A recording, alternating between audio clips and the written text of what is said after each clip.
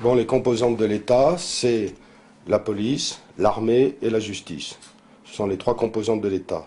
Donc, pour pouvoir contrôler les magistrats, il faut un quatrième pouvoir. Le fameux quatrième pouvoir, c'est la presse. Mais la presse, c'est l'abolition de la censure. Et actuellement, on ne va pas vers la liberté totale de la presse, car je suis assez surpris que le livre de Beccaria, j'ai écrit à Flammarion, le livre est épuisé. Il y a pas mal de livres qui disparaissent, et comme je dis, et je l'ai dit à Paris, on trouve Mein Kampf. Il faut qu'on m'explique. Pourquoi le plus grand philosophe de l'histoire est sacrifié sur l'autel de la raison d'État? J'ignorais ce que rentrer dans un tribunal voulait dire. Je l'ai appris à mes dépens, effectivement, à l'occasion d'une simple procédure de divorce, comme je le dis. J'ai mis un pied dans un tribunal et j'ai eu donc, comment dire, tout loisir de découvrir la maçonnerie et les réseaux maçonniques, donc qui interviennent donc à l'intérieur des tribunaux, soit à travers la profession d'avocat, de magistrat, d'huissier, etc. Alors moi j'ai eu, c'est pas encore très connu, en tout cas très divulgué, j'ai eu, comment dire, le déplaisir de découvrir les jugements maçonniques, c'est-à-dire les jugements étoilés, ou jugements comportant des signes kabbalistiques, qui ont toujours en commun, je dirais, de finir par une condamnation, c'est-à-dire on est condamné à payer, moi pour mon cas ça a été exactement 2665 € à payer donc aux avoués à la partie adverse, alors que mes revenus ne justifiaient pas cette condamnation, c'est-à-dire que les articles de droit n'étaient pas appliqués, droit fondamental dans mon cas.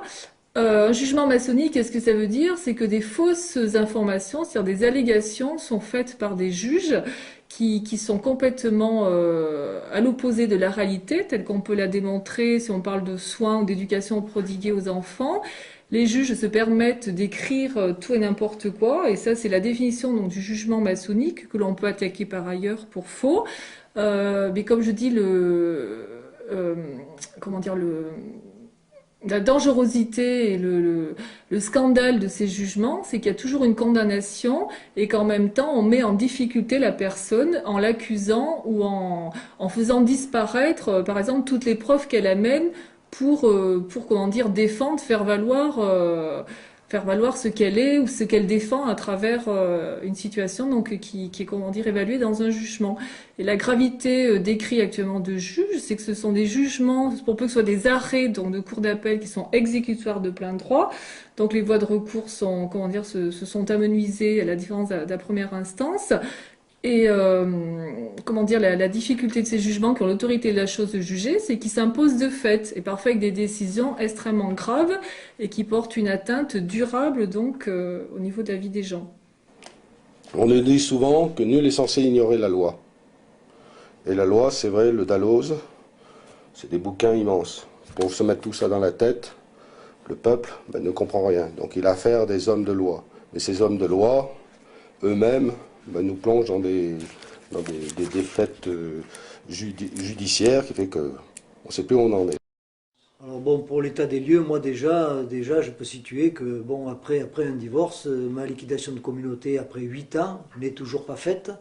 Parce que bon, tous les réseaux de relations ont fonctionné, que ce soit de l'avocat jusqu'au plus haut niveau de la magistrature. Mais de toute façon, c'est un monde corporatiste, hein.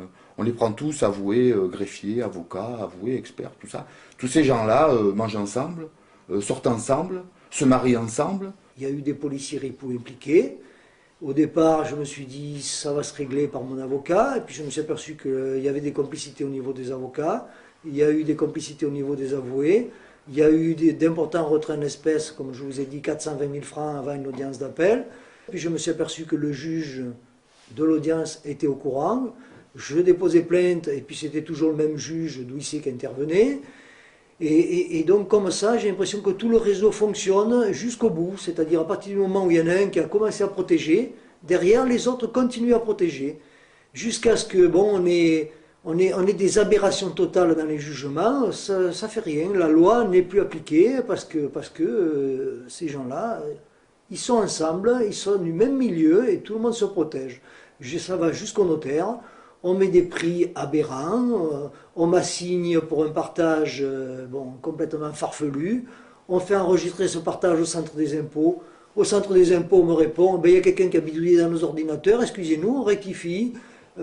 Et voilà, et c'est comme ça que continue. Il y a un expert qui est désigné derrière, l'expert continue à protéger, et protège le notaire, ça fait rien, il m'a pris complètement aberrant, j'en parle de tous les côtés, on me dit, mais bon, c'est pas possible, votre maison, on peut pas mettre un prix du mètre carré inférieur à un appartement qui date de 1958, qui n'a même pas le double vitrage. On se retrouve comme ça, et ces policiers ripoux, je m'aperçois à un moment donné qu'ils sont tellement impliqués. Le gars, il revendait des fichiers à la franc-maçonnerie. Et donc je comprends pourquoi mon affaire depuis le début est bloquée. Parce que ces gens-là, ils alimentaient la magistrature. Voilà, ils alimentaient tout le réseau des huissiers. Il y avait des huissiers qui contournaient la justice à un moment donné et qui utilisaient ces fichiers personnels des gens, revendus à une société dans le centre de la France, société à terre, qui a financé jusqu'à 600 000 € en 1 an et demi. Un certain Sikoski, un ancien commissaire révoqué, condamné pour faux en écriture privée, corruption, et j'ai tout publié sur Internet parce que j'ai vu que tout bloquait, et donc j'avais plus le choix à un moment donné. Je me suis dit, on bloque mes plaintes, on bloque tout, maintenant j'attends comme un sit-in correctionnel, et au moins je déballerai devant un tribunal ce qui se passe. Et c'est ce qui se passe aujourd'hui, ils ont été obligés de me citer un correctionnel. Mais j'attends qu'ils aillent au bout, parce que chaque fois je leur mets toutes les preuves entre les mains. On va voir jusqu'où ils vont aller. En France, aujourd'hui, si on peut, quand on parle de l'affaire René Forné, c'est l'affaire d'un justiciable, d'un citoyen qui a aussi mis un pied dans un tribunal à l'occasion d'une simple, procédure de divorce, et que 10 ans après, l'on retrouve donc, malgré qu'il avait un très bon niveau d'études, une très bonne profession, on le retrouve sans emploi, on le retrouve à essayer de récupérer des biens qui lui appartenaient, qui lui ont été substitués, on dira, par la voie administrative et ou judiciaire ou autre. Au départ, moi, on m'a dit ton affaire, c'est la franc-maçonnerie, parce que dès que j'ai su rapidement que c'était des policiers qui étaient impliqués, j'y ai pas trop cru. J'ai commencé à lire des bouquins comme Guylaine Ottenheimer, Les Frères Invisibles, parce qu'on m'a conseillé de lire ça pour que je commence à comprendre ce qui se passait. Et puis après, bon, l'affaire Sikoski, je me suis aperçu qu'il y avait même des lettres de dénonciation qui étaient envoyées au juge d'instruction et par des employés de Sikoski. Et la juge d'instruction qui ne fait rien. Et quand on lit les pièces du dossier d'instruction, on se rend compte qu'à partir du moment où on sait qui est en cause, qui on risque de toucher, ça va trop loin, l'instruction elle est bloquée, on arrête. Alors corporatisme, dysfonctionnement, moi je veux bien tout ça, mais pour moi c'est du racket. On ne peut pas perdre ses biens familiaux pour des procédures qui sont montées de toutes pièces, par de la connivence. Voilà, c'est le problème, à partir du moment où on sait que c'est des francs-maçons qui sont derrière, c'est intouchable. Alors bon, je ne veux pas dire que tous les francs-maçons sont tous pourris, mais à mon avis, ça passe ce qui se passe. Il y en a qui utilisent ces réseaux pour faire des affaires. Alors on se revend des maisons, on se revend la misère du monde. On se réfugie, si vous voulez, dysfonctionnement. Non, non, non, non, il n'y a pas que ça. Je veux dire, à ce niveau-là, il faut être radical. On commet une faute, si la faute est lourde pour le magistrat, il prend la porte. Il prend la porte. Ces gens-là, par des décisions qui sont tronquées, je veux dire, nous ruinent à nous. Ils nous ruinent. Cela dit, c'est un lieu obscur, c'est un lieu, comme je l'ai dit précédemment, qui est quand même occupé par les réseaux francs-maçons. On le sait, ce sont des réseaux occultes et invisibles. Et jusqu'à maintenant, tout a été fait pour que le débat public n'arrive pas à un certain endroit, à un certain niveau, et qu'on commence effectivement à appréhender les choses de manière plus proche en termes d'enjeux au niveau de la démocratie. On retrouve des mandataires et liquidateurs, on retrouve des notaires, mais la plupart du temps, quand on regarde les condamnations qu'il y a, c'est dérisoire. C'est dérisoire. Alors on nous dit, il y en a qui sont condamnés, oui, on leur met du sursis, mais comme ils sont en société la plupart du temps, ils continuent à travailler à travers la société, donc en fait, ça ne les gêne pas du tout. Alors pourquoi ces magistrats ne seraient pas jugés par le peuple, en définitive? Puisque les décisions sont rendues au nom du peuple français. Les magistrats, ça, ils ont tendance à l'oublier. Et à nous, on nous demande de respecter la loi. Alors nous, on veut bien la respecter. Mais comme j'ai bien indiqué tout à l'heure, je pense qu'un jour ou l'autre, il va y avoir un drame.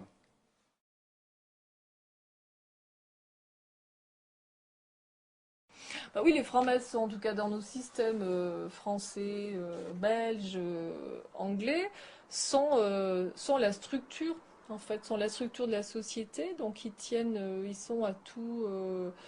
comment dire, tous les échelons importants de la société, ils forment un maillage, ce qui fait que de la banque, en passant par les impôts et par les tribunaux, cette courroie de transmission se chargent effectivement de faire passer les messages.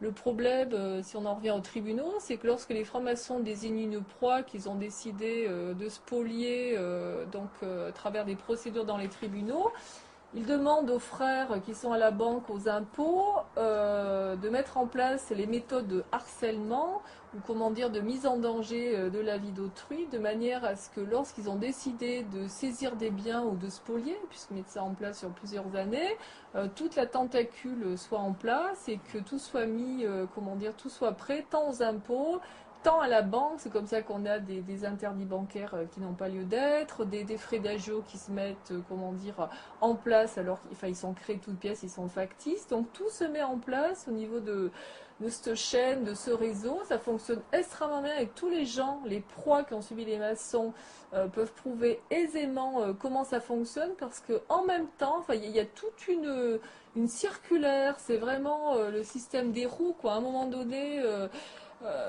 tout est extrêmement bien maillé, tout s'enchaîne et c'est d'une logique implacable. Donc tous les gens qui les ont eu en face le savent, parce que c'est pas la faute à pas de chance. Tout s'enchaîne de manière extrêmement structurée. Tout est, programmé. À telle date, il se passe telle chose. Et entre autres, dans les choses qu'utilisent donc les maçons, dans les tribunaux ailleurs, ils ont des dates maçonniques, un calendrier maçonnique sur lesquels, ils interviennent, à certaines dates. Ils ont des actes très précis au niveau de dates symboliques du calendrier, qui leur permet aussi de donner des ordres par rapport à des fonctionnements comme ça. On parle souvent de la franc-maçonnerie. Est-ce qu'il y a du ménage à faire? Il y a pas mal de bouquins qui ont été écrits. Je n'ai aucune information de ce côté-là. D'accord. Non, je ne suis pas suffisamment... Je suis un professionnel du droit et je m'inscris, je dirais, un peu, puisque bon, j'ai une démarche aussi auprès des victimes depuis fort longtemps, puisque depuis plus de 25 ans je m'occupe d'aide aux victimes et je préside une association de victimes et d'infractions pénales et de médiation. Donc je dirais que je m'en tiendrai à ma mission, je m'en tiens à ma mission et bon... je pense que là aussi, on ne peut pas trop focaliser sur... je crois que c'est... Je n'ai pas suffisamment, je n'ai pas d'éléments pour permettre de répondre objectivement, quoi. Alors ce matin, moi j'ai fait ce que l'on appelle une inscription de faux à titre incident devant la cour d'appel. Inscription de faux justement vis-à-vis de mentions dont je pouvais apporter la preuve que les faits qui étaient énoncés ou les attestations qui étaient citées n'avaient aucune valeur pour des choses bien précises. Alors j'ai eu le cas donc le juge prenait des décisions sur seulement 2 attestations, ce qui est complètement insuffisant. Il y a une attestation qui avait été faite par exemple par la mère de la collaboratrice de l'avocat adverse, ce qui ne respecte nullement le principe de la déontologie, qui ne respecte aucun principe de base. Donc sur une pièce comme ça, on fait valoir le non-respect de la déontologie, le non-respect, là, dans le cas de cette attestation, d'autres articles de droit. Il y avait aussi une autre attestation qui avait été faite en infraction totale du droit, et pas que du droit civil ou du droit pénal. Infraction aussi au code de la santé publique. Donc j'inscris en faux vis-à-vis des articles de droit qui ne sont pas respectés, et vis-à-vis de mentions qui sont donc erronées, ou vis-à-vis, là c'était le cas pour ce matin, à l'époque, l'avoué que j'avais devant la cour d'appel, pour des raisons où il avait reçu effectivement a priori des ordres de son supérieur hiérarchique, avait refusé de prendre mes pièces pour faire valoir ma défense en vue d'une future décision de juge, une future ordonnance. Sur 80 feuilles au total, que l'on avait refusé de me prendre et qui n'étaient jamais arrivées au greffe, puisqu'on avait là aussi refusé un greffe de la cour de me les prendre. Donc j'ai inscrit en faux au titre de la falsification des données et de pièces qui ont disparu, donc, enfin qui ne sont pas arrivées, donc qui ont disparu, et du dossier, et qui donc n'ont pas permis de faire valoir mes droits et d'assurer donc ma défense. Donc c'est une procédure, comme vous avez pu le voir. On fait dresser un procès verbal par le greffier. Le greffier nous donne donc une copie de ce procès verbal. Et ensuite, lorsque c'est devant la cour que l'on fait une inscription de faux à titre incident, on a l'obligation, dans le mois, pour que la procédure soit bien tenue, on a l'obligation de la faire signifier donc à la cour, devant le conseil de la mise en état et autres. On a l'obligation de la faire signifier par un avoué. C'est pas vraiment un dépôt de plainte. Ça n'a rien à voir avec un dépôt de plainte, puisque bon, c'est une inscription en faux incident sur une décision de justice. C'est-à-dire que c'est une action qui permet à tout justiciable qui est enclin à contester, je dirais, des décisions de justice qui n'ont pas respecté des formes régulières ou autres, et qui vont permettre à ce moment-là à la juridiction de véritablement établir si l'inscription est considérée comme un faux, ou s'il y a eu des malversations, ou on en a un irrespect en quelque sorte des règles de procédure. C'est ce en quoi, je dirais, le requérant est venu rechercher, je dirais, sur la décision de justice qui avait été rendue à l'origine. En ce qui concerne le faux incident qu'a déposé Mme Arnaud devant la cour d'appel, il faut savoir que le juge n'a pas l'obligation de statuer sur cette pièce. Parce que si l'on prend l'article 307 du nouveau code de procédure civile, il indique que le juge se prononce sur le faux, à moins qu'il puisse statuer sans tenir compte de la pièce arguée de faux. Et l'article suivant, le 308, il appartient au juge d'admettre ou de rejeter l'acte litigieux au vu des éléments dont il dispose. Ce qui permet au juge, ça lui laisse une porte ouverte. Je veux dire, s'il y a des conflits d'intérêts entre les parties, ou éventuellement une influence franc-maçon, puisque bon, il y a quand même, cette rumeur qui court par rapport aux étoiles que nous retrouvons dans les jugements. Donc le juge, en définitive, il peut écarter cette pièce. Et il va être très intéressant de voir cette procédure pour voir on va voir comment le magistrat va réagir. Il va de soi que bon, c'est assez peu utilisé, rarement utilisé par le justiciable, bien évidemment, puisque bon, très souvent le justiciable est surtout enclin à s'en rapporter aux professionnels du droit, et notamment à ses conseils. Donc c'est très très rare d'avoir une démarche, je dirais, spécifique de la part des personnes. C'est quand même une démarche assez... Et ce d'autant que bon, les procédures à l'heure d'aujourd'hui permettent, je dirais, beaucoup de recours, et notamment en matière de droit européen, puisque bon, il arrive bon nombre de justiciables de saisir la Cour européenne des droits de l'homme, etc., enfin, la Cour de la Haye, pour éventuellement, je dirais, à ce que le droit soit respecté dans son ensemble, quoi. Donc c'est des démarches, je dirais, assez isolées, quoi. Pourquoi j'ai déposé plainte contre mon notaire? Parce que je me suis aperçu sur ce document que j'ai réussi à avoir qu'il y avait plein d'erreurs, et ces erreurs me faisaient amener à penser que c'était un faux. Et en effet, il l'a bâti en plusieurs fois.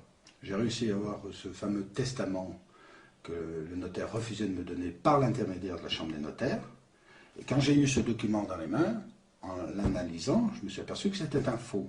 Donc j'ai signalé au secrétaire de la Chambre des notaires que c'était un faux. Il m'a fermé la porte au nez. Donc j'ai déposé plainte contre ce secrétaire de la Chambre des notaires, et le doyen des juges d'instruction m'a demandé une somme de 10 000 €. Je n'ai pas pu verser cette somme, c'était tout simplement pour faire taire.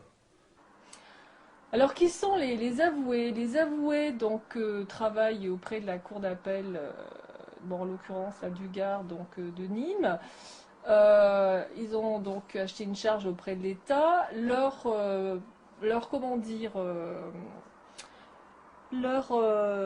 ne peut se passer donc d'avouer en appel. Donc on a sur le principe un avocat pour plaider, mais qui n'est pas responsable devant la cour d'appel, et on a l'obligation, on cherchait mes mots, du ministère d'avouer. Ce qui fait, on dit qu'en général, les gens qui vont en appel, et c'est pas le cas aujourd'hui, ils ont les moyens, parce que ça veut dire qu'on paie en moyenne, pour une seule audience plaidoirie, 1200 €, 1500 € à l'avocat, et qu'en doublant, puisque c'est l'avoué qui transmet les pièces pour les procédures, on paie ces sommes-là, voire plus, puisque le calcul des émoluments de l'avoué, c'est encore autre chose. Il se base sur d'autres montants. On arrive à payer des sommes extrêmement importantes. Et si l'avoué est responsable pour le travail qu'il fait devant les cours d'appel, on n'est pas toujours assuré, comment dire, de son travail, à savoir de la transmission des pièces ou de la bonne, on va dire, tenue du dossier, puisqu'on est dans des relations avocat-avoué où l'avocat est censé défendre vos droits, défendre vos arguments, et l'avoué n'est censé que transmettre les pièces, un petit peu comme un avocat postulant. Et souvent, des conflits s'installent vis-à-vis de la cour, entre par exemple le travail qu'a fait ou que n'a pas fait l'avocat, ou qu'a fait ou ne pas fait l'avoué, il se renvoie, même si c'est l'avoué qui est responsable, l'avocat n'a pas su bien travailler le dossier, n'a pas assuré son devoir de conseil, et l'avocat, souvent là aussi, va dire c'est l'avoué qui n'a pas transmis au bon moment, il a oublié de transmettre les conclusions, et malheureusement les justiciables, s'ils ne contrôlent pas le travail tant de l'avocat de l'avoué, ce qui serait presque un travail à temps complet, ils peuvent avoir, de grandes déceptions, voire plus, quoi. Un avoué, c'est un officier public ministériel. Pour moi, c'est un parasite de la justice. Le mot est peut-être fort, mais on n'a pas besoin d'un avoué, comment dirais-je, pour communiquer les pièces à la cour d'appel. Un avocat, ça suffirait amplement. D'ailleurs, il y a des avocats qui se plaignent, de cette profession. Donc, il arrive que des avoués, certains avoués, ne déposent pas les conclusions initiales, en déposent d'autres, retirent des pièces du dossier, et ça, c'est très préjudiciable aux justiciables. Donc, on n'a pas à payer des gens pour transmettre des pièces. Ensuite, il y a une contradiction aussi au niveau des textes du nouveau Code de procédure civile, c'est que nous avons un article, si vous voulez, qui nous impose la représentation par un avoué. Bon. Mais par contre, il y a un article 93 de la loi Ventos, qui figure aussi dans le nouveau Code de procédure civile, qui nous dispense, parce qu'on a la possibilité de déposer des conclusions écrites, de choisir le défenseur de son choix. Donc, cette loi est très vieille, mais toujours en application. Donc, on n'a pas besoin de ces gens-là, parce qu'ils sont là juste pour apposer une signature en bas des conclusions, et se font rémunérer très grassement, parce qu'en général, si vous voulez, ils surfacturent les actes judiciaires.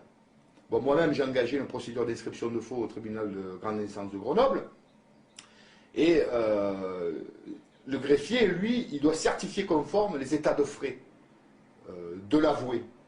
Donc, cet état de frais étant surfacturé, le greffier fait une écriture publique. Moi, je vous passe les péripéties de cette procédure, puisqu'elle n'a pas abouti, parce que j'ai été, si vous voulez, planté par un très grand avocat qui n'a pas voulu engager cette procédure de faux.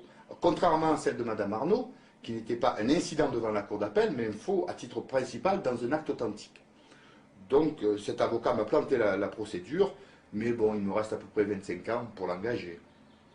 Sur les dérives judiciaires, disons qu'il faut bien distinguer, je dirais, les procédures où c'est l'affaire des parties, c'est-à-dire notamment le domaine civil, ça reste quand même l'affaire des parties.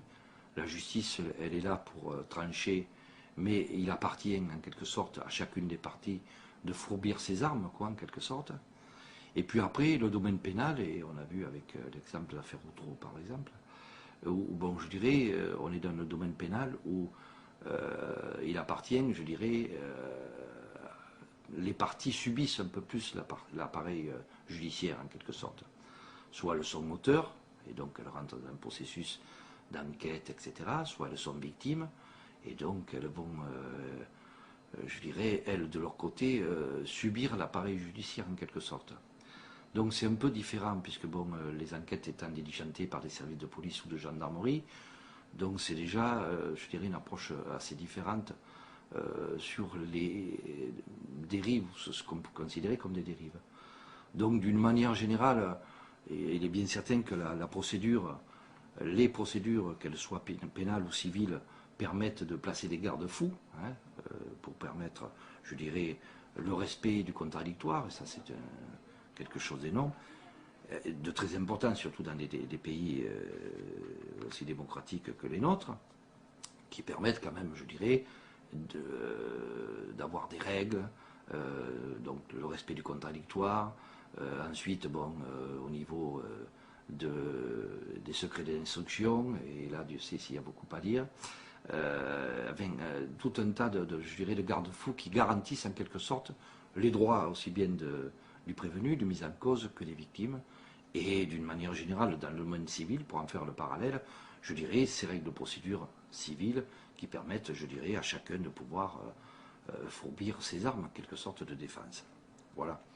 Alors c'est très difficile parce que d'en parler comme ça de façon brutale, parce que bon,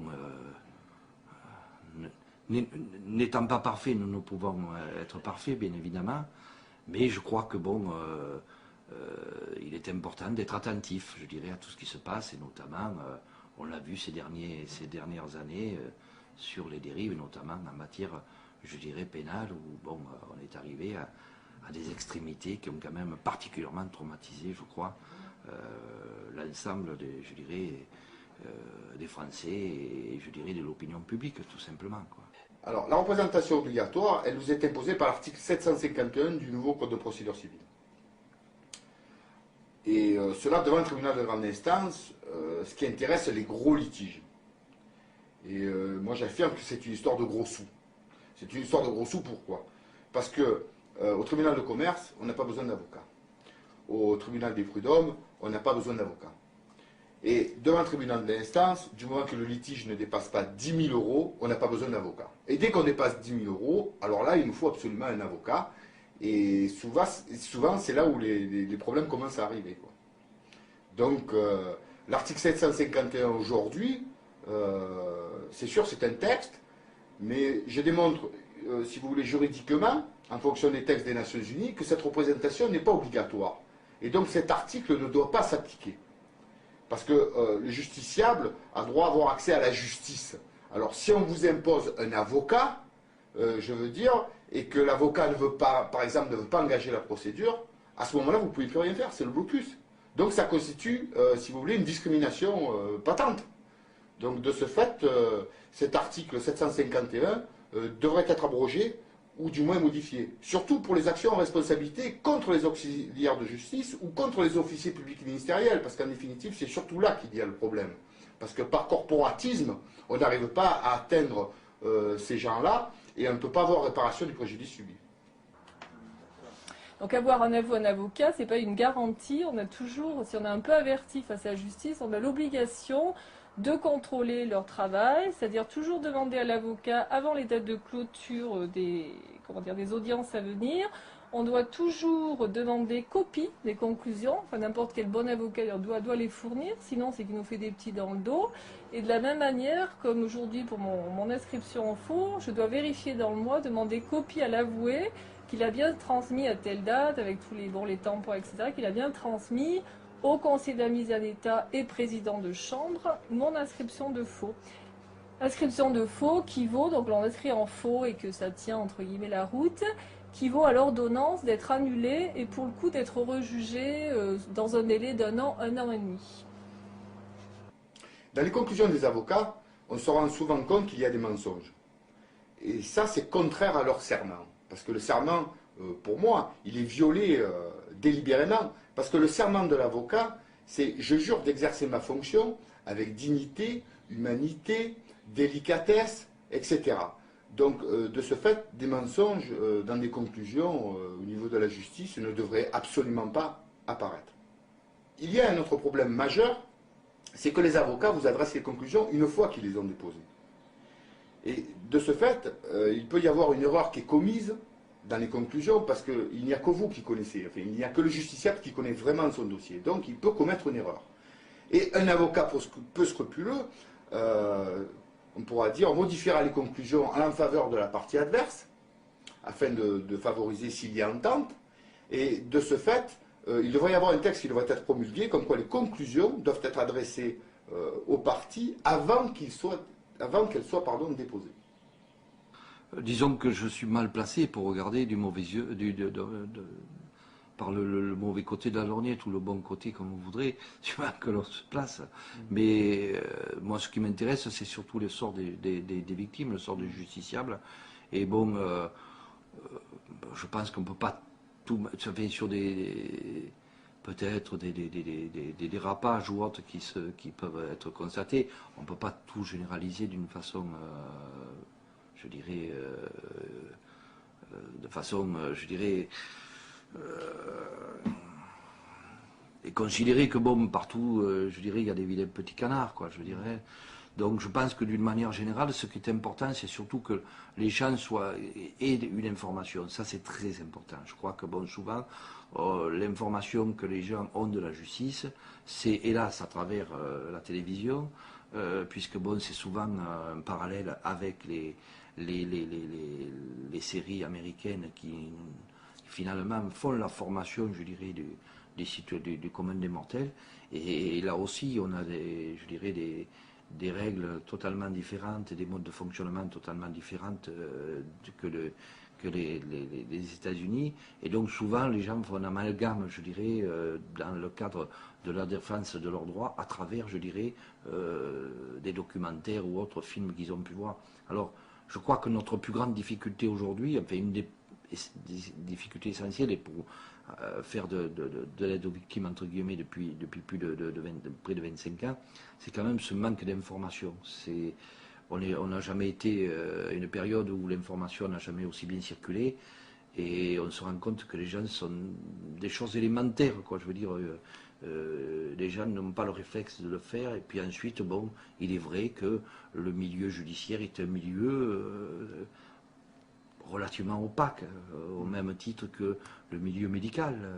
Je crois que bon, chaque corporation a un peu, je dirais, ce mode de fonctionnement. Alors, là aussi, on ne peut pas faire un trop mauvais procès, je dirais, à la justice, si je peux me permettre.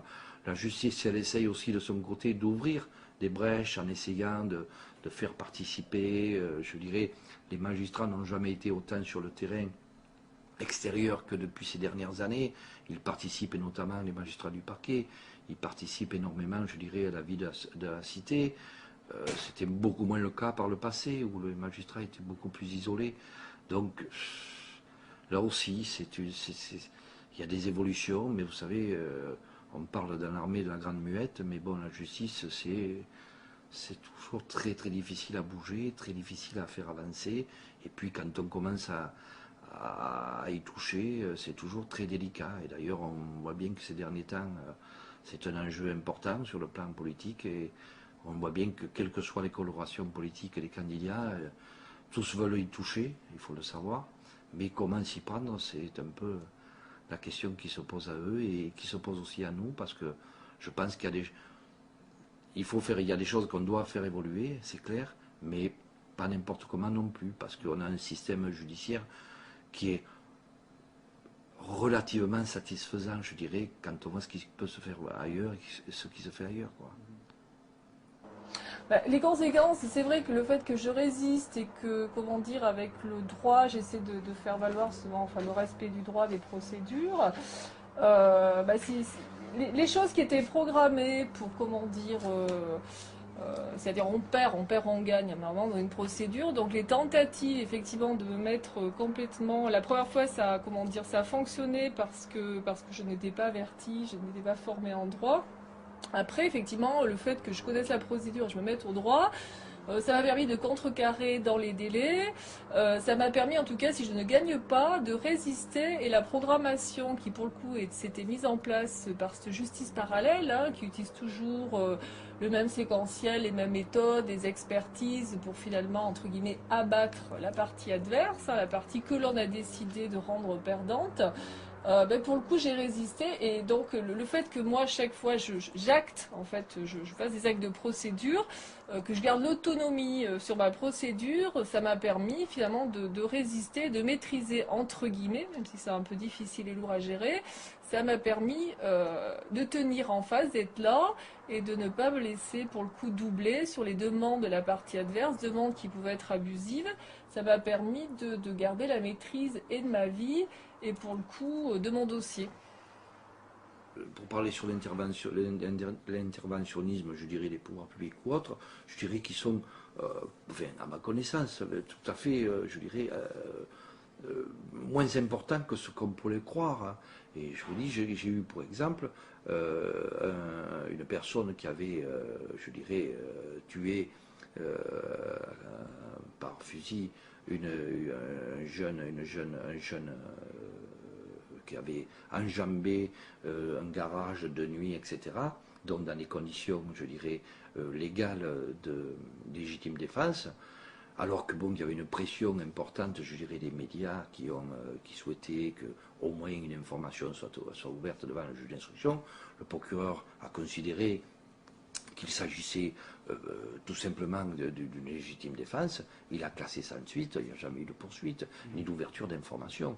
Et je peux vous dire que on avait le sentiment, enfin, il y avait quand même aussi bien de la part de la famille victime, je dirais, notamment de ce jeune, bon, qui mettait une pression telle que voulait mettre en place, etc., au moins une ouverture d'information. Le procureur a décidé que non, et je sais qu'on souhaitait qu'il y ait plutôt une information pour calmer. Il avait décidé. Donc, c'est peut-être l'extrême que je vous cite, mais il est bien certain que les procureurs de la République, indépendamment de la politique pénale qui peut être engagée par le garde des Sceaux et donc le gouvernement, a quand même, je dirais, au regard des textes, je dirais, toute son indépendance, hein, totalement. Et donc, là aussi, ça va tenir compte aussi des caractères de chacun, hein, incontestablement. Hein. Je veux dire, vous allez avoir des procureurs, et puis il faut savoir aussi que les procureurs ne sont pas aussi ce sont des magistrats, donc ils peuvent se retrouver aujourd'hui au siège, demain au parquet, enfin ainsi de suite. Hein. Donc c'est d'ailleurs là aussi, on parle de réforme dans ce domaine, où on veut des magistrats uniquement que du parquet, où on veut que les magistrats il manque du siège. Ça aussi, il y a beaucoup de discussions à ce niveau-là, quoi, en considérant que les magistrats du siège sont totalement indépendants, puisque bon, c'est ce qu'on appelle les magistrats assis, la magistrature assise, et donc les magistrats du parquet, qui sont ce qu'on appelle les magistrats du parquet, donc les magistratures debout, qui interviennent, et qui sont soumis à une certaine hiérarchie, en quelque sorte. Des sanctions par rapport aux démarches que j'ai pu effectuer, effectivement, qui consistent à se battre contre des décisions de juge. Effectivement, c'est systématique, hein, si on ose s'opposer donc à ce pouvoir qui est un pouvoir extrêmement important et totalitaire aujourd'hui en France, hein, la justice, qui est quand même très liée aux politiques, même si la justice se dit indépendante du politique, on mesure tous les jours que c'est le contraire. La plupart du temps, ce sont les politiques qui donnent des ordres effectivement aux magistrats de tel tribunal. Enfin, c'est assez fréquent malheureusement. Oui, de toute façon, on le sait dans le réseau dans lequel on est, effectivement, qui ose s'opposer aux juges, qui ose contester les juges. Dans les 2 ans, voire ça peut être très rapide comme un peu plus long, on se fait sanctionner. Donc on trouve des prétextes qui sont sur ces jours extrêmement faciles. Et effectivement, on a des actes abusifs, une fois de plus, de condamnation. Cela dit, au titre de l'article 432.4 et 432.11, les juges, lorsqu'on a des instructions pénales vis-à-vis de fautes lourdes qu'ils ont commises ou de non-respect du droit de la réglementation, leur responsabilité peut être engagée et le sera certainement vis-à-vis des mois et des années qui arrivent, et ils prennent des risques en faisant ce qu'on appelle de l'abus de pouvoir par personne dépositaire d'autorité publique. Ouais, moi, des démutations, il n'y a eu que ça, là, effectivement, ça m'a occupé, mais chaque fois que j'ai relevé des fautes lourdes, qui sont caractérisées par le code pénal, chaque fois que j'ai fait remonter, donc, au garde des Sceaux et ailleurs, syndicat de la magistrature, quand les juges ont vraiment abusé, n'ont respecté aucune règle de droit que l'on peut prouver, avec, effectivement, des gros dossiers, etc., ils ont tous été mutés, compris les procureurs généraux, et à ce jour, je dirais que j'ai dû faire muter une bonne dizaine de magistrats, oui. J'en ai fait les frais, mais effectivement, il y a des magistrats qui actuellement, du jour au lendemain, ont été mutés à l'autre bout de la France. Alors malheureusement, c'est d'autres justiciables qui font les frais de ces gens-là, parce que je ne suis pas sûre que les mutations, même dans des cas comme ça, leur empêche d'être dans des comportements totalitaires et pour le coup de délinquants de col blanc. Non, pour en venir à mon ordonnance de mise en état, je ne l'ai pas citée ce matin, mais je l'ai mis dans mon mémoire. C'est pas dans le procès verbal, mais c'est dans le mémoire. J'ai demandé à ce que soient proscrits les codages habituels cabalistiques que moi j'ai eu. J'en suis à, je sais pas, 3, 4, 5 jugements, pris par ce justice parallèle, donc avec qui sont signés en fait par les maçons. Enfin, c'est un signe d'appartenance maçonnique. Enfin, ça existait jusqu'à maintenant depuis les années 75 et on travaille pour que ce soit, comment dire, aboli et que cette justice parallèle ne continue pas à produire des faux en écriture publique avec ces fameuses étoiles qui parsèment et qui donnent le ton dans les jugements, mais qui malheureusement pour la partie adverse signifie qu'on est toujours perdant systématiquement. J'ai effectivement demandé à ce que soit proscrit, si une ordonnance est rejugée et prise à nouveau, à ce que soit proscrit ces étoiles qui sont des symboles et qui n'ont pas figuré soit en rang, soit en triangle, soit alignés avec des messages qui passent à travers la première, deuxième, troisième page du jugement, à ce que j'ai un jugement républicain pris par les tribunaux de la République et pas des jugements qui sont rédigés dans des loges, je veux dire que ce soit à Nîmes, que ce soit à Privas ou ailleurs. Pour la corruption, on a un exemple flagrant, c'est l'affaire Carignan, à Grenoble. Ce personnage, il est parti quand même avec 19 millions de francs, il a fait quelques mois de prison, mais l'instruction dure depuis 7 ans. Et on se rend compte aujourd'hui que ce monsieur est président de l'UMP pour l'Isère. Et nous avons aussi M. Juppé, qui a été sanctionné lourdement et qui revient dans la vie politique. Et M. Sarkozy s'entoure de ce genre de personnage. Donc quand même, dans un pays démocratique, il y a vraiment des questions à se poser sur ce phénomène de corruption. Surtout quand on voit qu'ils se font la bise de tous. Donc ça, c'est vraiment inacceptable et je pense qu'il devrait être inéligible, ces personnes, à vie.